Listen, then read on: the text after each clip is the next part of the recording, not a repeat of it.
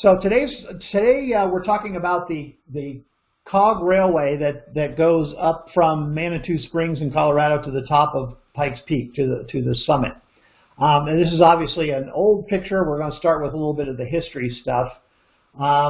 There's a guy, Mr. Simmons, who is of the Simmons Beauty Rest Mattress Company, Simmons, who in the late 1880s came out to Pikes Peak to check on an insulator that he invented or installed or something had installed for telegraph wires that ran all the way to the signal station, the Army signal station on the summit.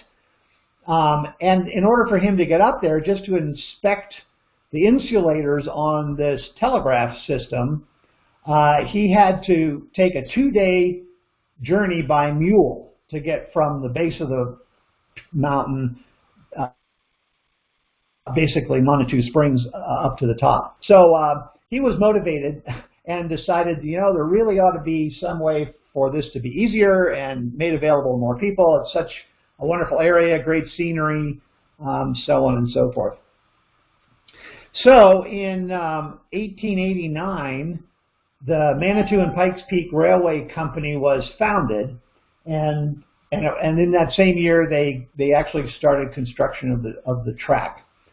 And then in 1890, just 1 year later, they had 3 steam locomotives, all Baldwins, and those can still be seen. Well, they had 3 as of that point. They had 5 eventually, 5 steam locomotives, and 3 of the 5 can still be seen somewhere in the country. Number 2 is on display in downtown Manitou Springs, right at the base of the mountain. Number 4 is at the Grand Canyon Railway, and number 5 is at the Broadmoor Hotel on display, which is a fancy hotel here in Colorado Springs. So if you ever get out here to ride this cog rail, don't miss those, or at least the 2 that are local. Here's another look at some of the original steam equipment. Oh, hang on. Sorry about that. I have a dog that's going to bark all the time if I don't let him in the room.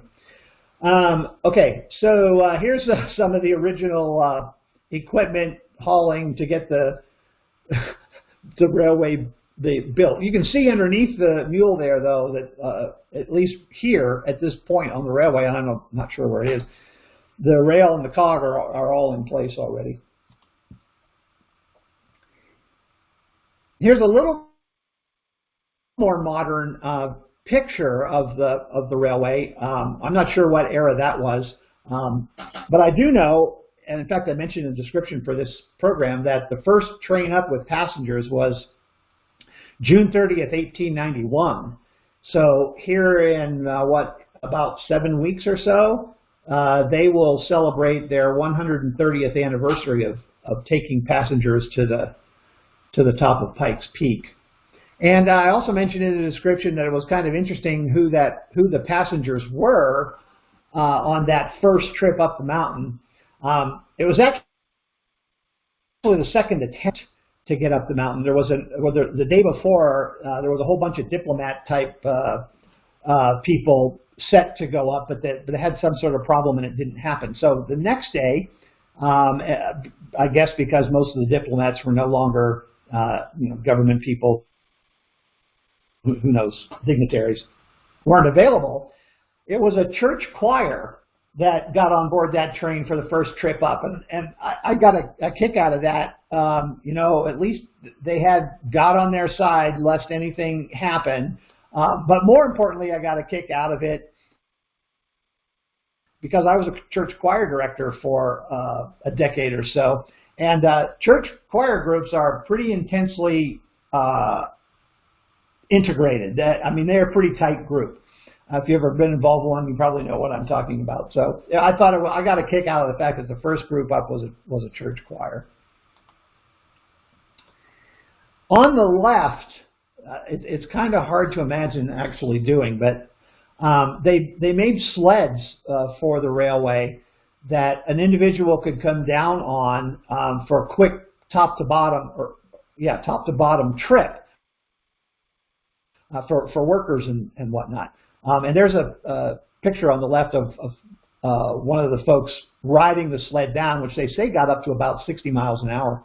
That had to have been a pretty wild ride. On the right-hand side, you can start to get the notion of how complicated a switch might be for a cog railway.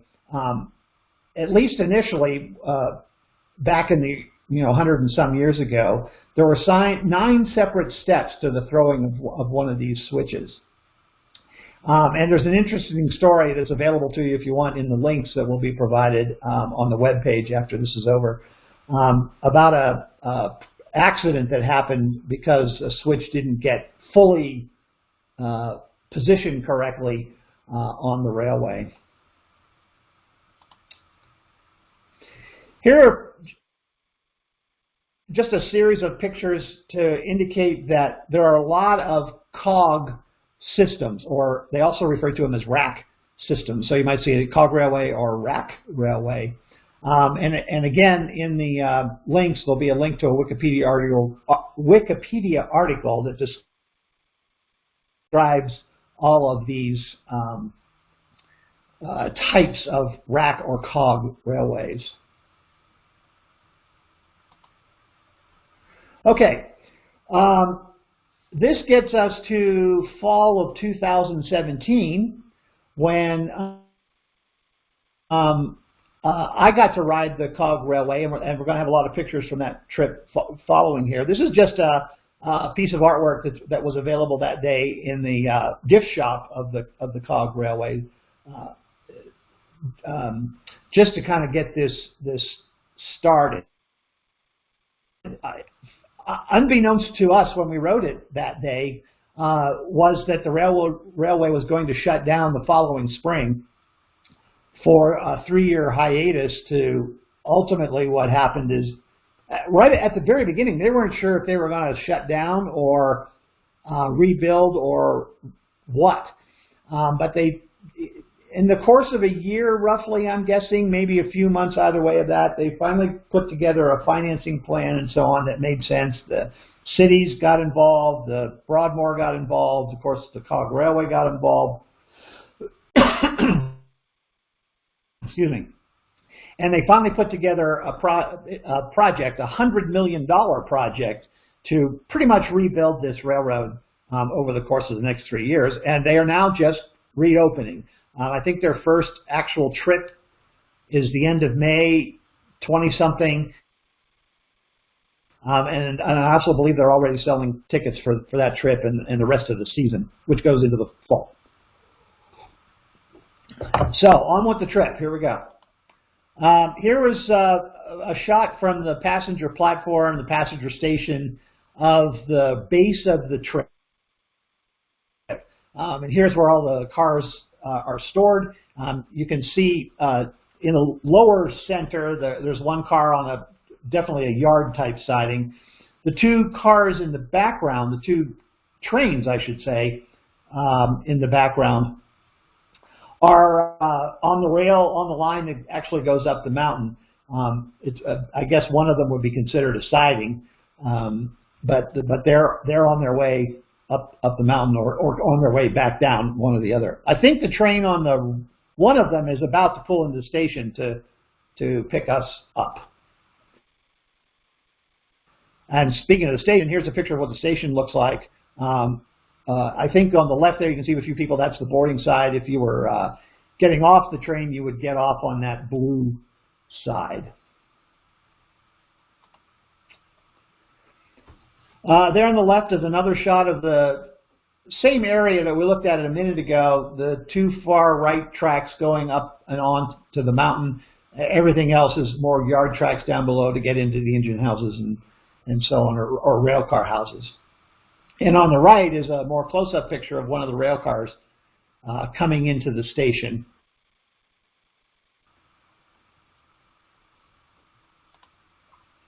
Each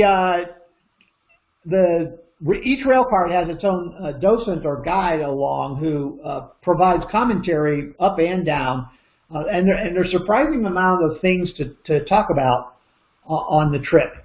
about the railway, its history, what it's doing, what you're going to see or do at the top when you get there. And also, particularly to me, being a geologist by academics, you go through about, in the 8,000 feet you climb from the base where the station is to the summit, through that 8,000 feet, you go through a number of microclimates, you go through a number of geologic areas that all talk to in the case of the geologic ones, talk to how the mountain range was formed, Pikes Peak in particular. And we went from very lovely fall weather, you can see the golden aspens there along the way, up to the top where you'll see later there was snow on the ground and there wasn't a live bush outside to be seen.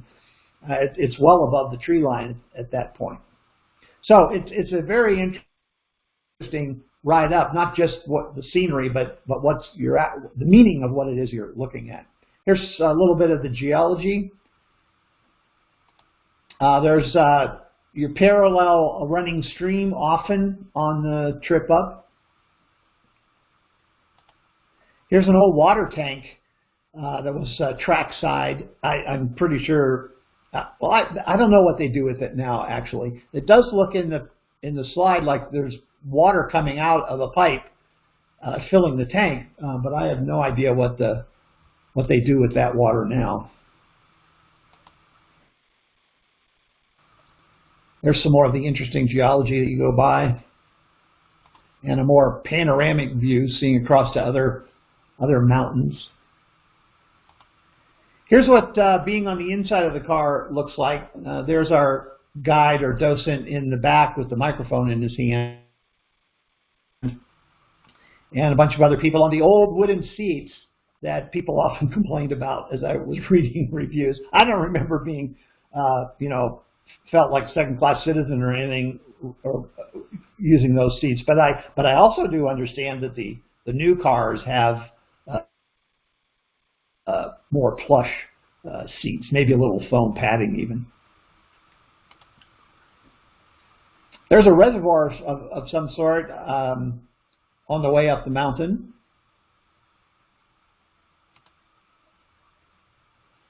Now, this is an interesting location. Let's see, what is the name of this name? This location has a name to it. It was basically a worker's house or place on part way up the mountain. You can see we're above the tree line now, so we've made quite a bit of progress.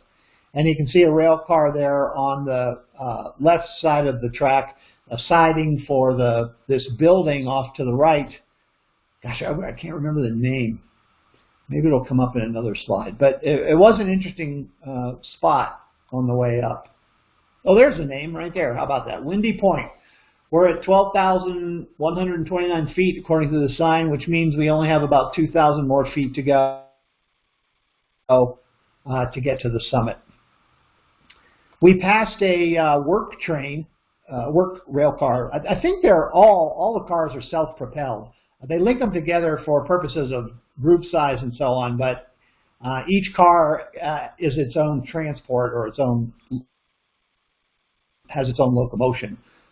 So that's why you often see cars all by themselves. And here's a work train doing something with the track probably. And speaking of the track, here's what this cog railway system looked like back in 2017. I don't know, and maybe we'll see in pictures later when we look at the new stuff, if there's detail enough to tell what the new cog system looks like. And here we're passing a car. Well, we're still going up, so this group is going down. And there's the other group as they go past Windy Point. We're already up above Windy Point a little bit, taking this picture. There's a panoramic view of what some of the trackage looked like. That's the same car that was headed down. I showed you closer a minute ago, just before.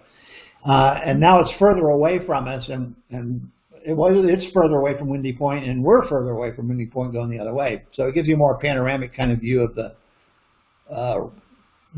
moon type landscape when you're above the tree line. Again, this is about 12,000 feet altitude. This is a little fun fact. This is the highest and longest cog railroad, certainly in the country. It might be the continent, and it's possible that it's for the world. I'm not sure highest and longest in one sense, but it's a 3-hour round trip. It takes you about 30 to 40 minutes to get to the top. You go from the low 6,000 foot mark to just above 14,000 feet. That number, the height of Pikes Peak changes a little bit depending on who you talk to and when the measurement was taken, and meaning over that 130 years and all that sort of stuff. The average grade is about 16%, with a maximum of 24. At least that was true with the old railroad. I read somewhere, I thought I saw somewhere, that the new railroad, the average grade has been reduced.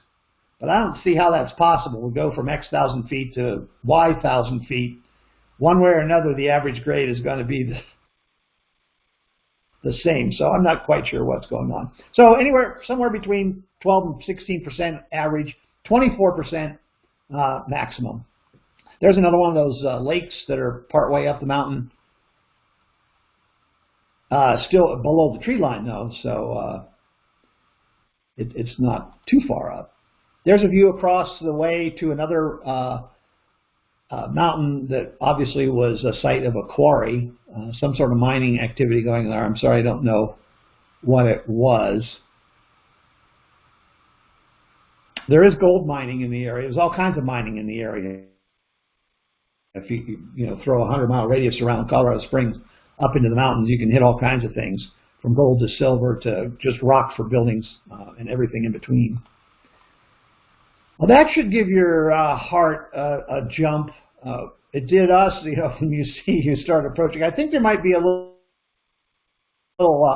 camera lens accentuation of this grade, but a 24% grade is pretty darn steep, and it felt like you were going up some that were like this. Well, you were going up some that were like this. There's a view from the top. You can see snow on the ground. I think those are the two lakes that I took pictures of earlier on the trek up. I'm pretty sure. And here's the end of the line. That rail car on the right there, the red car, is parked up against the track end bumper at literally the end of the line. The mountain falls off just beyond that rock backstop, you might say, and keeps going down for about 8,000 feet. It's not a cliff, but it's close enough to it you wouldn't want to jump off of there. On a clear day up on the summit, you can see to 5 different states, if you can imagine that. You can see Colorado, obviously, but you can also see Arizona, New Mexico, Utah, and Kansas on a clear day. I'm not sure that this day was that clear. Here's another view from the summit. There's a plaque there that I don't remember now what it talks about. And that's a view west of something. If you look east, you mostly see plains, because it's part of the Front Range. So everything east of us here in Colorado Springs is plains, and everything west of us here is the Rockies, from the Front Range all the way up to full-on Rockies. Here's a sign at the summit that suggests the 14,115-foot summit elevation.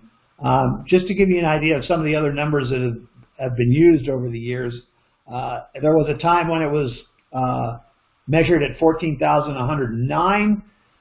There was a time when it was measured at 14,147, and that was because they added a summit house tower, and they measured to the top of the tower. When they rebuilt that summit house, I guess it only took it to 14,110, so it lost 37 feet when they rebuilt it. This 14,115 15-foot mark is what Congress decided the height officially was in 2002, and so it remains, I suppose. But as of today, even the National Forest Service says it's 14,100 even, and they say that it's because it was measured at some point in the past, and they're sticking with it. That's how they put it. You can hike to the top of Pikes Peak if you want to. And when we were up there, these three, as well as some other hikers, actually came up upon the crown, you might say, from below and visited the summit house and did whatever else they were going to do. So we did see some hikers doing their thing. And this is a good time to see them because they just become successful and feeling pretty good. There's another view out from the summit to other lakes and whatnot. I'm not sure what lake we're looking at here, but out into the Rockies. There's a longer view. That stop that I showed, the end of track bumper and the rock bundle of rock, that was right out here at this end. So here are three cars parked at the summit. All the people are off the train enjoying what's at the summit. Their big claim to fame, by the way, and you have to have one if you ever are at the summit, is their donuts. I got such a kick out of people talking about, you got to have a donut. You got to have a donut. It's the best donut in the world whenever you get up here. Well, you know what? They're good donuts. I'm not sure it's the best donut I've ever had in the world, but they're very proud of them, and everybody gets one. So I would encourage you to not miss that opportunity if you get up here. Whether you drive or take the train or what, you can do that. There's just a long shot of things with a little bit more of the cog railway exposed there track-wise. There's another angle on the parked cars at the summit. There's a shot through the cars, clearly snow on the ground, and just beyond where those rocks, tan rocks, end, that does drop off pretty dramatically. It's not a cliff, but it's not a fall you would want to take either. And here's what the car looks like when we're at the summit. You can see the building in the background there. You can see that sign that I showed you a picture of earlier. People are coming, going. Those who wanted to spend more time in the summit. I think I described it. It's basically a 3-hour trip. It takes you a little over an hour to get up. You have 30 to 40 minutes at the summit to look at the gift shop and watch some movies and do other things. And now the summit shop is totally brand new. We'll talk about that a little bit later on. So there's actually much more to do up there, and then the little over an hour to get back down. There's that end of track bumper on the other. There was 2 rails that go to the end, and that's the other one, obviously not the one we were on. There's one of those climbers I talked about who is enjoying his moment of "I did it."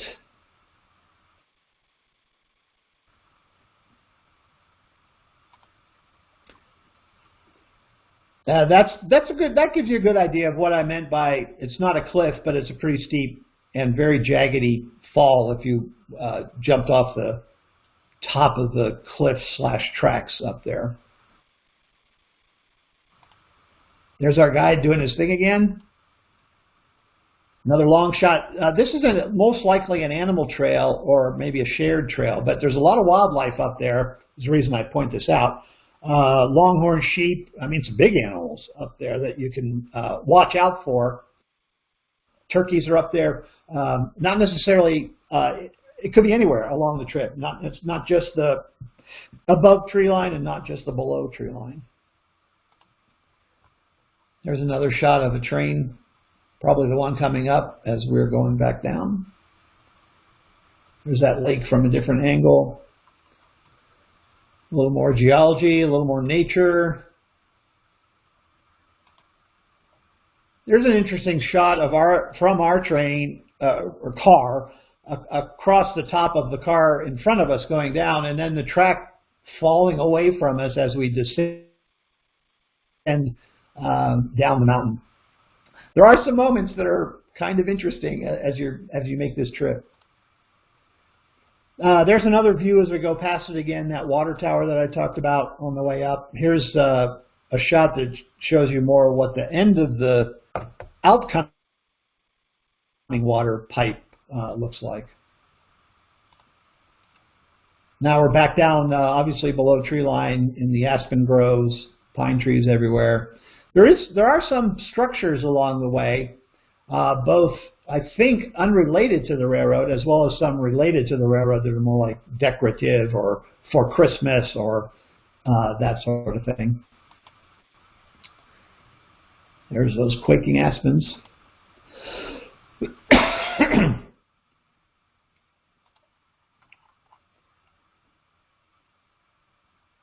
Oh yeah, here's one of the Christmas decorative type buildings for when they do Christmas specials of one kind or another on the train.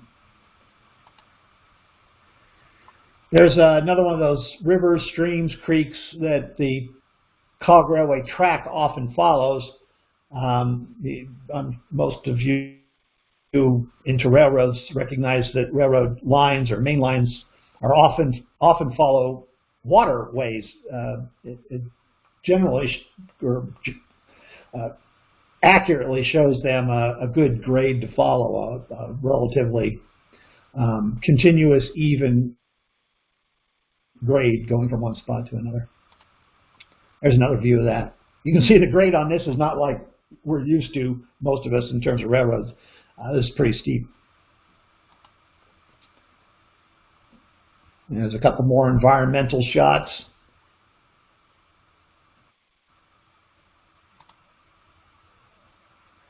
Some really fun geology if you're into that.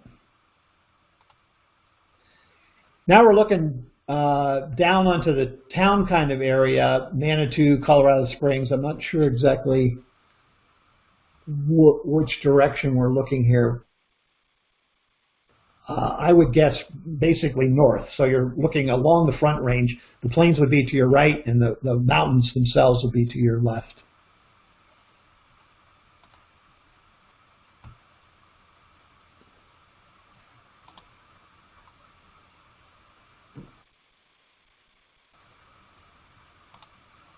All kinds of pines that we saw. We just saw blue spruce in the previous slide. Here's another blue spruce.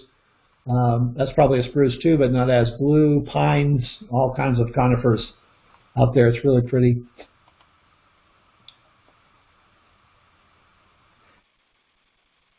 You can see the fall colors on these leaves here too, on these bushes. And this is the clock at the station that we left earlier. You can see we're on the paying attention anyway to the blue side now, which is where we're going to exit the train.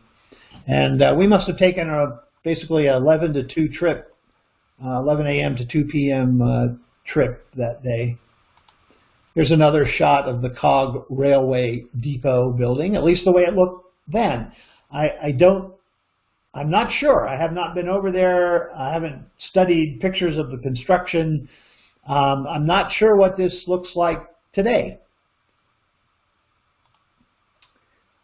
Manitou Springs, I thought I'd take a moment here to share a little bit about the area in case you ever get out here and want to do it. Manitou Springs is a fun little old town with interesting shops, interesting buildings, statuary you see there kind of on the right on that clock tower. Fun stuff to do. How about a fondue restaurant called the Mona Lisa? That's pretty fun. Sculptures everywhere. It's a cool little town.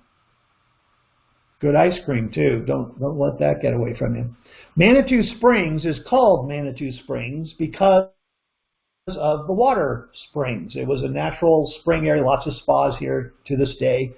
And interestingly, around town for the sampling, there are outputs. There are places where you can sample 7 different, I think it's 7 different spring water flavors.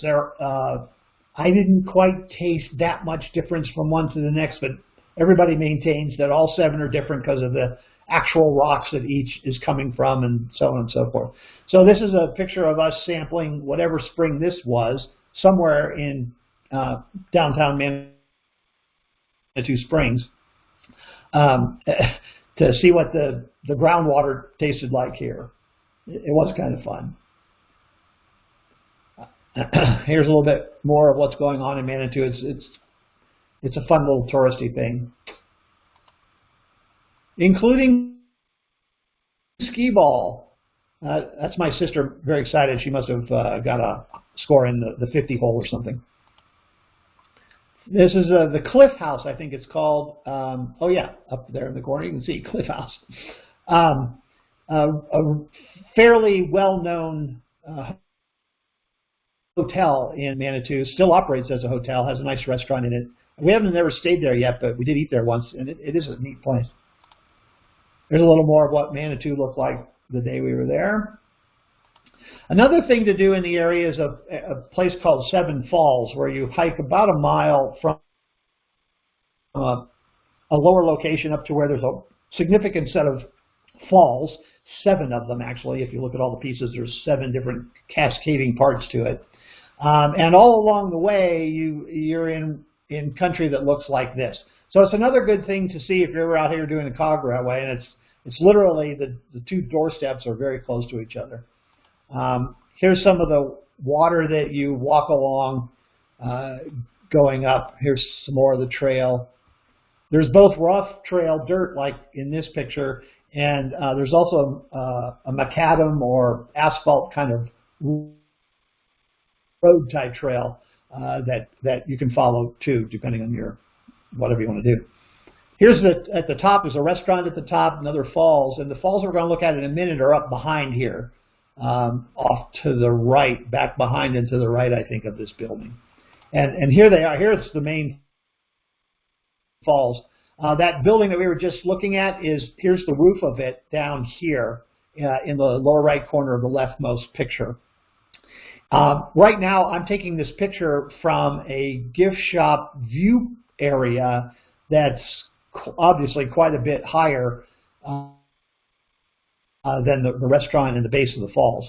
So it gave us the picture. So if you count these falls, 1, 2, 3, 4, 5, 6, and then this last one 7, or something like that. I'm not exactly sure how they break them up. That's where the name Seven Falls comes from. And on the right is a closer picture of this area down here. If you can imagine that blown up to the right side over here, that's what that is. Also in the area is the Cheyenne Mountain Zoo. And that's another thing not to miss if you're in Colorado Springs or anywhere near it. It's a really fun zoo. You practically get to know the families of the giraffes. It's really fun. Here's a view of the Broadmoor Hotel that I mentioned earlier that's part owner or a partner or the same company owns both, I'm not sure which, of the Cog Railway. So they're very rated. It's a very fancy 5-star kind of place in Colorado Springs. Just as a side, I actually came out here from California twice for a Space Foundation conference when I was working for the California Space Authority. And it was really fun. It's a great place to be. The Olympic Training Center here in Colorado Springs is just a hop, skip, and a jump from where the Cog Railway is. So if you're into that. And there's also a new Olympic Museum just built. It just opened a few months ago. It's pretty fun too. Okay, let's talk just a little bit, and then we'll be done, of the new construction that began in sometime in 2019, I think, and has finished up, and they are reopening this month. So there you can see one of the new rail cars coming in on flatbed. This whole project, this 3-year, $100 million project, is occurring now, well, finishing up now, after 126 years of operation on this railroad. That's when they shut down. They basically shut down the 2018 season. They had reviewed the status of the railroad, inspected the track, inspected the cars, blah blah blah blah blah, and said, we can't do this anymore. It's either a significant upgrade or redo or whatever, or we're just going to shut down. And fortunately for those of us who like riding trains of various sorts, they managed to put together this $100 million project to rebuild the railroad basically and keep running. Whoops, let's see, I went too fast. There's an overview. Remember those tracks and the station that I showed you earlier? Well, this is an overview looking down on that area. This is the station house as it looks pretty recently. So in a way, it doesn't look too much change. Remember the blue station that used to be on the other side of the track doesn't seem to be there anymore. So I'm not sure how they're handling that, but there you go. Here's a rail car being lifted by this crane onto the track. A whole bunch of other rail cars apparently just arrived, also waiting to get onto the tracks. Here's a nice shot of the body, anyway, of the new cars. And here's one of the new cars out on the line. I don't think that cog system, it's hard to tell because it's pretty fuzzy in the foreground here. It doesn't look a whole lot different than the old system. Here's a picture of the snowplow that is now part of the roster out at the cog railway. This is obviously not the cog railway. You don't see any cog in these tracks. This is where it was still being tested somewhere in Europe, I believe, where it was built, probably. Oh, and another thing I should mention about the snowplow, there's a link below the entry for this chat on the web page where there's a video of them testing this snowplow on Pikes Peak. And it's very short and kind of impressive if you've never seen that sort of thing before. There's some work on the line, apparently before the cogs were put in. This is a picture they have on their website, and I couldn't convince myself if this was a experimental test kind of trip with some folks they gathered, or if this was an old picture or whatever. But it's on their current website, so I thought I'd throw it out here. There's the new system, and I would say it's very similar to the way it was before, alternating cogs like that. So there you go. Here's the new Summit House, and I'm not sure just how finished it is. There may be areas yet inside that aren't quite done or whatnot, but this is a vast improvement on that Summit House that we saw little bits and pieces of before. And they have more displays and exhibits and experiential kind of things to do in there that, from all vantage points, all 360 degrees, this thing kind of wraps around. And you get a better picture or feeling for that here. You can see that the building actually has a curvature to it where you can kind of walk around the top and see better in all kinds of directions. I do believe those are, this is sort of a faked up picture. I don't think these are the actual rail cars. It looks a little too drawn.